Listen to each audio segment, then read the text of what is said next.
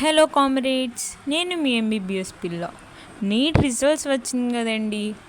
Marks versus rank చూస్తే చాలా అంటే చాలా అన్ఫేర్గా ఉందండి. అండ్ ఆల్సో 60 మెంబర్స్కి పైగా 720/720 వచ్చినాయి అంటండి ఈ ఇయర్. కొంతమందికి అయితే 718, 719 అంటున్నారండి.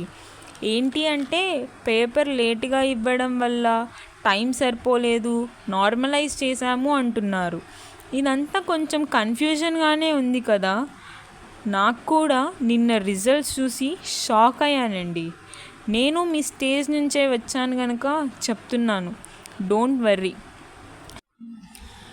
స్టేట్ ర్యాంక్ వస్తే కానీ మనకి తెలియదు కట్ ఆఫ్ అనేది ఎంత పెరుగుతుందో.